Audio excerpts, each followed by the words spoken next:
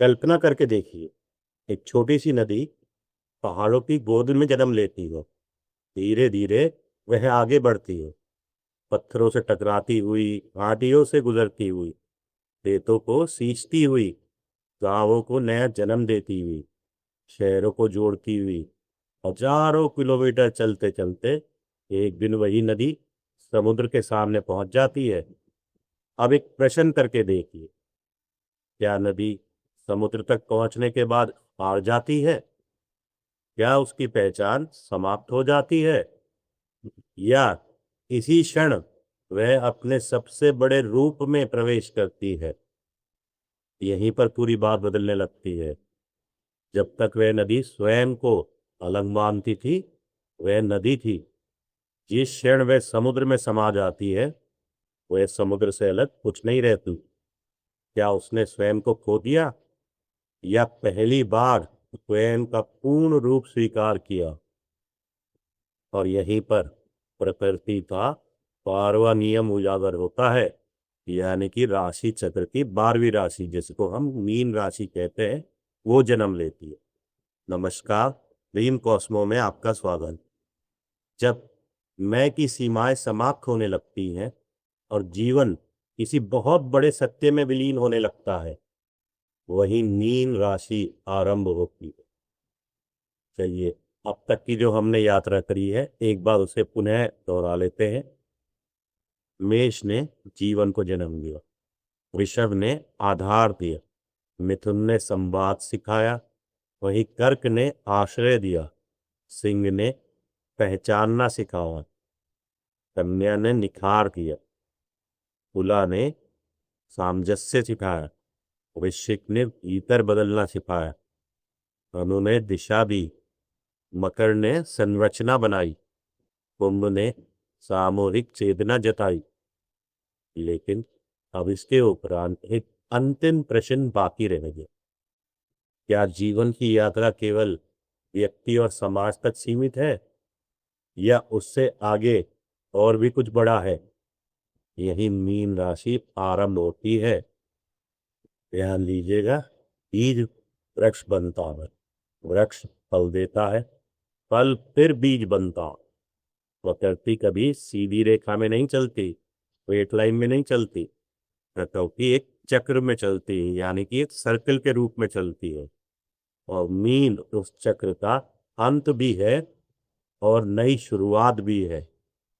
समझने के लिए कल्पना करके देखती है, एक माँ अपने बच्चे की सेवा करती है, क्या वह हर बार उसका हिसाब रखेगी? नहीं।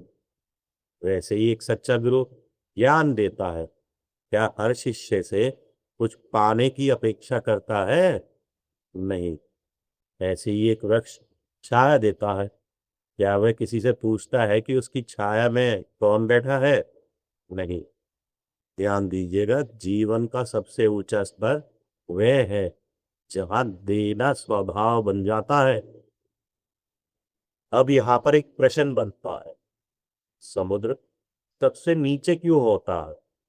पहाड़ ऊपर हैं, बादल ऊपर हैं, लेकिन सारा जल आकर समुद्र में क्यों मिल जाता है? क्योंकि समुद्र सबको स्वीकार करता है।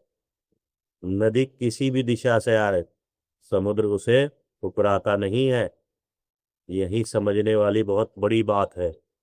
जिसमें सबके लिए स्थान हो, वही मीन राशि आरंभ होती है। चलिए अब देखते हैं शास्त्र क्या कहते हैं। शास्त्र मीन राशि को राशि चक्र की 12वीं राशि कहते हैं, जल तत्व की राशि कहते हैं, अंतिम राशि बताते हैं। यह द्विस्वभाव राशि है और इसका स्वामी बृहस्पति है। ये सारे विवरण हमें ज्योतिष के प्राचीन ग्रंथों में, जैसे बृहत्पराशर होराशास्त्र, फल दीपिका, सरावली, बृहद जातक, जातक पारिजात आदि में देखने को मिलते हैं।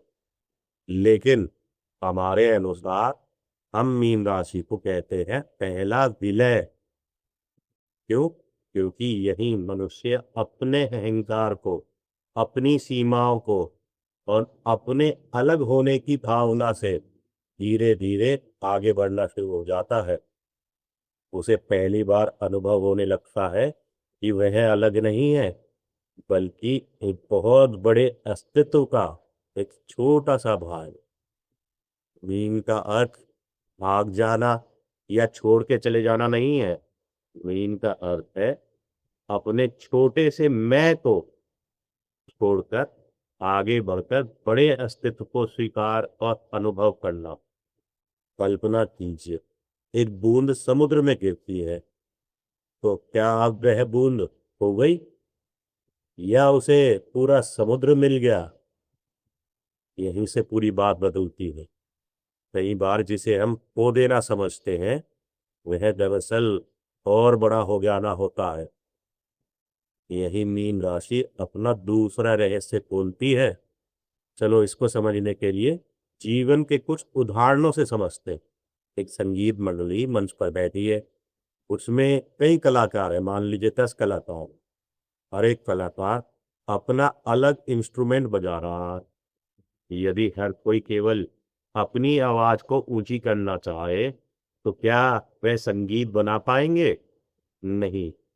संगीत तब बनता है जब हर कलाकार स्वयं को पूरे संगीत में विलीन कर दे, यानी कि खो दे। ध्यान दीजिएगा, वह गायब नहीं होता, उसकी पहचान फिर भी बनी रहती है। लेकिन अब उसका उद्देश्य सिर्फ स्वयं नहीं है, उसका उद्देश्य पूरा संगीत होता है। यदि तो मीन का सिद्धांत है, ध्यान दीजिएगा, समर्पण करना हारना नहीं है।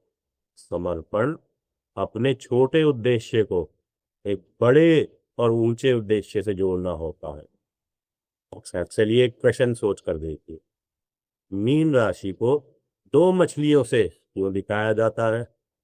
क्या यह सिर्फ एक चित्र, एक कल्पना है, या इसके पीछे भी कोई गहरा रहस्य है? शास्त्र दो मछलियों का चित्र तो देते हैं, लेकिन उनका अर्थ हमारे सोचने के लिए छोड़ देते हैं। ये बात का ध्यान दीजिए। हम इसे सरल दृष्टि से समझने का प्रयास करते हैं। जीवन में हमेशा दो दिशाएं चलती रहती हैं एक साथ। एक दिशा हमें बाहर की दुनिया की ओर ले जाती है और दूसरी दिशा हमें अपने भीतर की ओर ले जाती है। जब जिस क्षण इन दोनों के बीच संतुलन बन जाता है, तब मनुष्य पूर्णता की ओर बढ़ता है। और यही तो मीन का संकेत है, यही तो दो मछलियों के द्वारा दर्शाया गया है। चलिए अब देखते हैं शास्त्र क्या कहते हैं। मीन जल तत्व की राशि है, यह द्विस्वभाव राशि है और इसका स्वामी बृहस्पति है। बृहस्पति ज्ञान, धर्म, विवेक और आध्यात्मिक विस्तार के कारक माने गए हैं। ये सारा विवरण हमें प्राचीन ज्योतिष के ग्रंथों में बृहदारण्यक, शरावली, फल दीपिका, जातक पारिजात आदि में देखने को मिलता है। लेकिन अब एक प्रश्न तो यहाँ जरूर बनता है, यदि बृहस्पति धनु के भी स्वामी हैं और मीन के भी स्वामी हैं, तो दोनों राशियां एक जैसी क्यों नहीं है भाई? सोच कर देखो, कभी सोचो इसको। चलिए इसका उत्तर बताते। धनु ज्ञान की खोज करता है, वही मीन ज्ञान को जीवन बना लेता है। धनु प्रश्न पूछती है, तो मीन अनुभव बन जाती है। धनु मार्ग दिखाती है, तो मीन जो है मंजिल का अनुभव कराती है। यही कारण है कि दोनों का स्वामी एक ही ग्रह यानी कि बृहस्पति एक होकर भी दोनों राशियों का दबाव बिल्कुल अलग अलग है। ध्यान में रखिएगा, ज्ञान का सबसे ऊंचा स्तर जानना नहीं होता, ज्ञान का सबसे ऊंचा स्तर जीना होता है उस ज्ञान को। हमारे अनुसार मीन जीवन का ऐसा पहला चरण है जहां मनुष्य, हर व्यक्ति, हर जीव और पूरी प्रकृति को अपने ही अस्तित्व की झलक के रूप में देखने लगता है। यही करुणा स्वाभाविक हो जाती है, सेवा प्रयास नहीं रहती और प्रेम लेन देन नहीं रहता। इसीलिए हम मीन राशि को कहते हैं पहला विलय जीवन का। लेकिन अधिकांश लोगों से ज्योतिष जगत में यहीं पर गलती हो जाती है। बहुत सारे लोग मीन राशि का अर्थ दुनिया से भाग जाना, अलग हो जाना, आइसोलेट हो जाना या फिर कल्पनाओं में जीना समझ लेते हो। लेकिन ध्यान रखिएगा, मीन जीवन से भागना नहीं सिखाती, बल्कि मीन जीवन के साथ एक होना सिखाती है। आज जब आप किसी व्यक्ति से मिले तो एक क्षण के लिए सोचिएगा, इसकी भी खुशियां, इसका भी दुख, इसका भी संघर्ष और इसकी भी आशाएं मेरी ही तरह हैं। सिर्फ यह सोच ही आपके व्यवहार को बदलना शुरू कर देगी। यहीं से मीन की शुरुआत हो जाएगी आपके जीवन में। चलिए आगे बढ़ते हैं और अब देखते हैं इन बातों को कुंडली में कैसे देखते हैं। जब भी आप किसी पत्रिका में किसी भी भाव में मीन राशि को देखो तो सबसे पहले यह मत पूछिएगा मुझे यहाँ क्या मिलेगा, क्योंकि यह प्रश्न करते ही अधिकांश ज्योतिषकर्ता फंस जाते हैं। सबसे पहले पूछिएगा, इस जीवन क्षेत्र में मैं सीमाओं से ऊपर उठकर व्यापक दृष्टि कैसे विकसित कर सकता हूँ।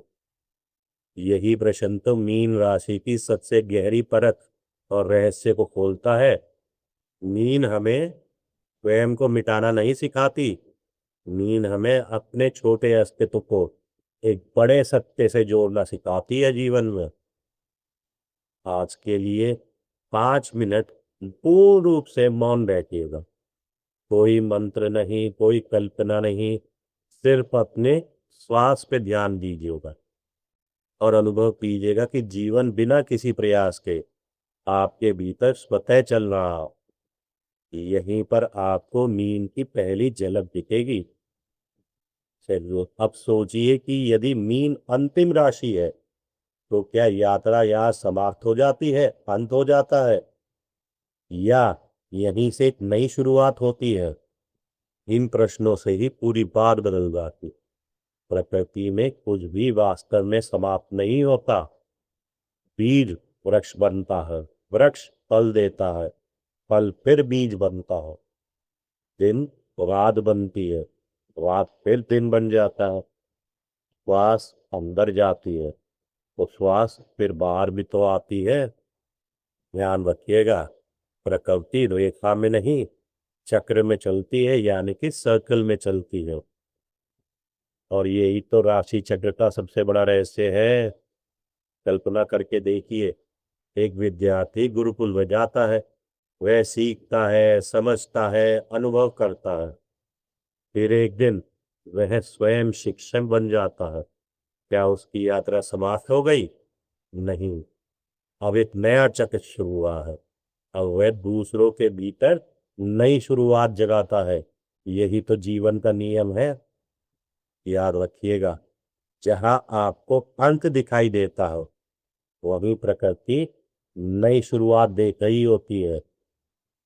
अच्छा, एक प्रश्न पूछ कर देखिए, यदि मीन विलय है तो मेष फिर कैसे जन्म लेती है? यहीं पर रहस्य छुपा है। जब अहंकार शांत हो जाता है, जब मन विशाल हो जाता है, जब व्यक्ति जीवन के साथ एक तत्व का अनुभव करता है, तभी उसके भीतर एक नई निर्मल और शुद्ध चिंगारी जन्म लेती है। वही अगला मेष है। इसीलिए राशि चक्र एक सर्कल है, उसका कोई वास्तविक अंत नहीं होता है। चलिए आगे बढ़ते हैं। शास्त्र कहते हैं कि मीन राशि राशि चक्र की 12वीं राशि है। इसके बाद गणना फिर से मेष से चालू होती है। यही राशि चक्र जो शब्द है उसका वास्तविक अर्थ छुपा है। ऋषियों ने जीवन को एक निरंतर चलने वाली यात्रा के रूप में देखा है। अंत और आरंभ तो अलग अलग घटनाएं नहीं है, वे एक ही चक्र के दो बिंदु हैं। यही दृष्टि बृहत पराशर वराशा, सरावली, बृहत जातव, फल दीपिका आदि ग्रंथों की पूरी राशि चक्र की जो व्यवस्था है उसमें दिखाई देती है। इस बात को ध्यान रखिएगा, यदि जीवन हर अनुभव के बाद समाप्त हो जाए तो फिर विकास कैसे होगा। हर अनुभव हमें कुछ नया बनाता है, फिर जीवन हमें एक नया अवसर देता हो।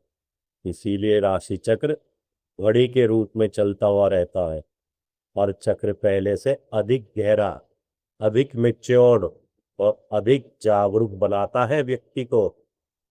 यात्रा दोहराई नहीं जाती, यात्रा हर बार ऊपर उठती है, यानी लेवल अप करती है। जैसे एक स्पाइरल स्टेयरकेस होती है, जो गोल गोल घूमने वाली सीढ़ी होती है, उसमें हर एक चक्कर कुछ ऊंचाई उठा देता है, ठीक वैसे ही हमारे अनुसार 12 राशियां 12 अलग अलग व्यक्तित्व नहीं है, वे मानव चेतना की 12 अवस्थाएं हैं। हर व्यक्ति अपने जीवन में कई बारी मेष बनता है, कई बारी कन्या बनता है, कई बारी मकर बनता है, और कई बारी मीन बनता है। राशियां सिर्फ आकाश में नहीं है, वे हमारे भीतर भी घटित होती रहती है। इसीलिए हमने पूरे इस कोर्स में राशियों को व्यक्तित्व नहीं, यूनिवर्सल प्रिंसिपल के रूप में समझा है। लेकिन अब दिक्कत की बात यह है कि अधिकांश लोगों से यही गलती हो जाती है। लोग पूरे राशि चक्र को सिर्फ 12 प्रकार के लोगों में बांट देते, लेकिन याद रखिएगा, ऋषियों ने 12 प्रकार के लोग नहीं बताए, उन्होंने जीवन के 12 चरणों का मानचित्र बनाया है। और यही पूरे कोर्स का सबसे बड़ा निष्कर्ष निकलता है। आज सबसे पहले अपनी जीवन यात्रा को देखिए, अपने आप से सवाल कीजिए, मैं अभी किस चरण में हूं? क्या मैं नई शुरुआत कर रहा हूं, या आभार बना रहा हूं, या स्वयं को निखार रहा हूं, या दिशा खोज रहा हूं, या संरचना बना रहा हूं, समाज के लिए जी रहा हूं, या जीवन के साथ एक होने का अनुभव महसूस कर रहा हूं? इस प्रश्न का कोई सही या गलत जवाब नहीं है, लेकिन यह प्रश्न आपको स्वयं के और निकट ले आएगा।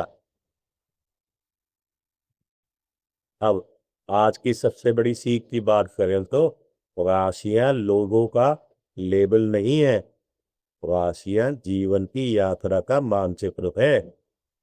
आज पूरे 12 राशियों को एक बार मन ही मन दोहराइएगा, जैसे चिंगारी, आधार, संवाद, आश्रय, अभिव्यक्ति, निखार, सामंजस्य, रूपांतरण, दिशा, संरचना, सामूहिक चेतना और विलय।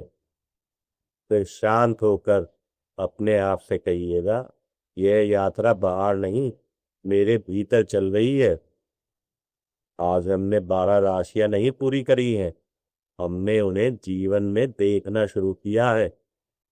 यदि इन 12 पाठों के बाद आप किसी व्यक्ति को देखकर उसकी राशि पूछने से पहले उसके जीवन को देखना शुरू कर दें, तो इस कोर्स का जो उद्देश्य है वो सफल होगा। स्वयं को जानिए, क्योंकि ज्योतिष यहीं से प्रारंभ होता है। नमस्कार।